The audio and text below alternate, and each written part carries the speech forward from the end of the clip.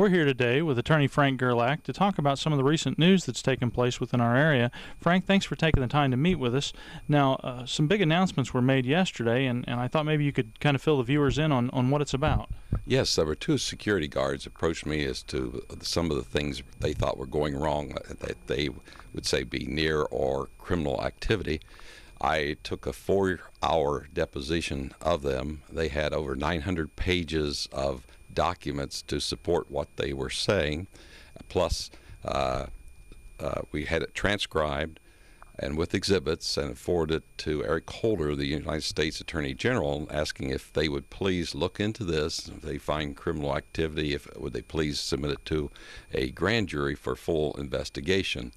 What that basically was relating to was false information that was being put out as it related to an injury of Jeff Walburn, who was one of the security guards at that location, and Chick Lawson, who was one of the security guards that was a certified OSHA inspector to investigate accidents and so forth, and the matters that they did to fight the particular claim. They would indicate he was injured at some other location, at his pool, using chemical. He didn't have a pool. Then they ordered that his radiation record be changed from what it was to 0 because it's going to be a court proceeding. This went on, and eventually Mr. Walburn went to the Senate and testified, and they gave the Senate false information indicating that there was only one badge. They changed it back, and what's the problem?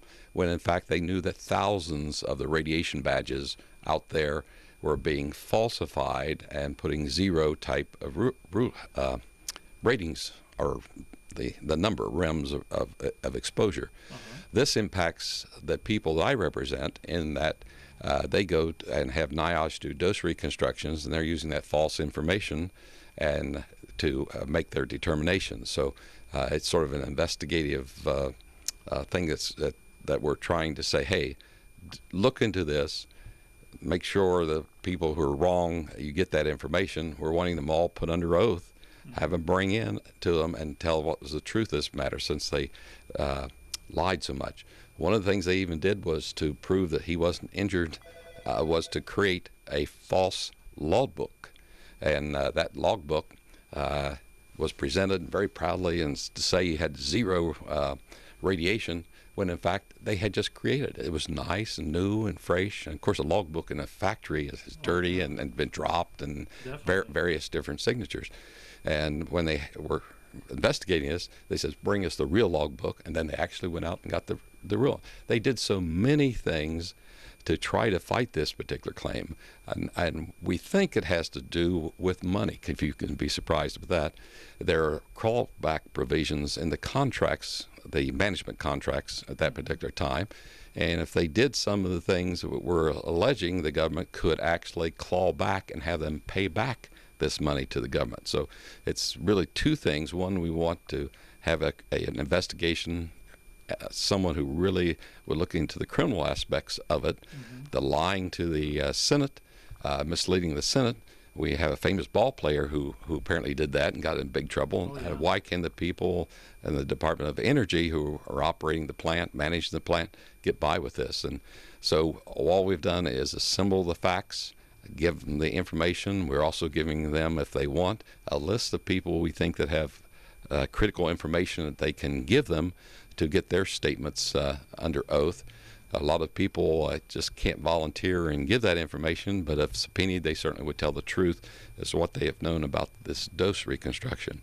One of the other things we found out that the employees there were exposed to neutrons, which is a very high energy source. And if you remember the neutron bomb, we drop it on Portsmouth, all the cats, dogs, and people are dead, but the buildings are still here. So it's a very powerful thing. They denied for years that there was neutrons in that plant to injure the employees. And then the subsequent investigation shows from the very beginning, in the 50s, they've had neutron exposures, but you never had any badge or anything that would show that on the particular client or the employees that work there. So that's another area that we are certainly looking into. The other thing is we've discovered there's a difficulty finding out exactly where these records are of a particular incident. So if you asked for the dose reconstruction records, you'll get the falsified records. But where a person was injured, we've now found through accident a total listing. It shows where all the Geiger counters were made on this individual, even in his car, anything he touched and such. Wow. And that's what we were trying to prove. But if we had a NIOSH looking into it, they would not give that person any credit because we have no record of you being exposed. Well, those records are apparently there, but they're concealed, and you certain keywords and so forth to get to that particular thing. It's like a problem or a nonconformance, things that you would not think to look in, which would have the valuable information for the clients. Right. And I represent over 500 clients, and it's only after the repetition of finding this information coming out periodically that, hey, this is important. And then at the meeting last night, we presented this to, they're decertifying the plant, which means USEC will be out and the top Department of Energy will have all the responsibility in the future. And we brought this out, and primarily I was interested in preserving these records of these employees, because a lot of the people work at USEC now worked prior to those times under various managers, and I'm concerned where do those records go and who has the key words to get into the information that I need to adequately represent those who have been injured. And it's terribly frustrating, especially when you represent a widow. The man is sworn to secrecy. He cannot do anything, tell anything, doesn't tell his wife. And then she goes to make an application when he dies, and they said, where did he work? What was he exposed to? What did he do? And so, of course, they don't know because they were never told anything. Right. And when they put the lid on seeking this type of information, it makes it very difficult to get them qualified for the benefits they're entitled to under the Energy Employees Occupational Illness Program. And that program is Part B, which is cancer, silicosis, or chronic beryllium disease, would pay $150,000, plus they'll pay your medical benefits for life. Under the other Part E, it's up to $250,000, and you get a medical card which pays for that particular treatment, not everything, but right. that particular illness.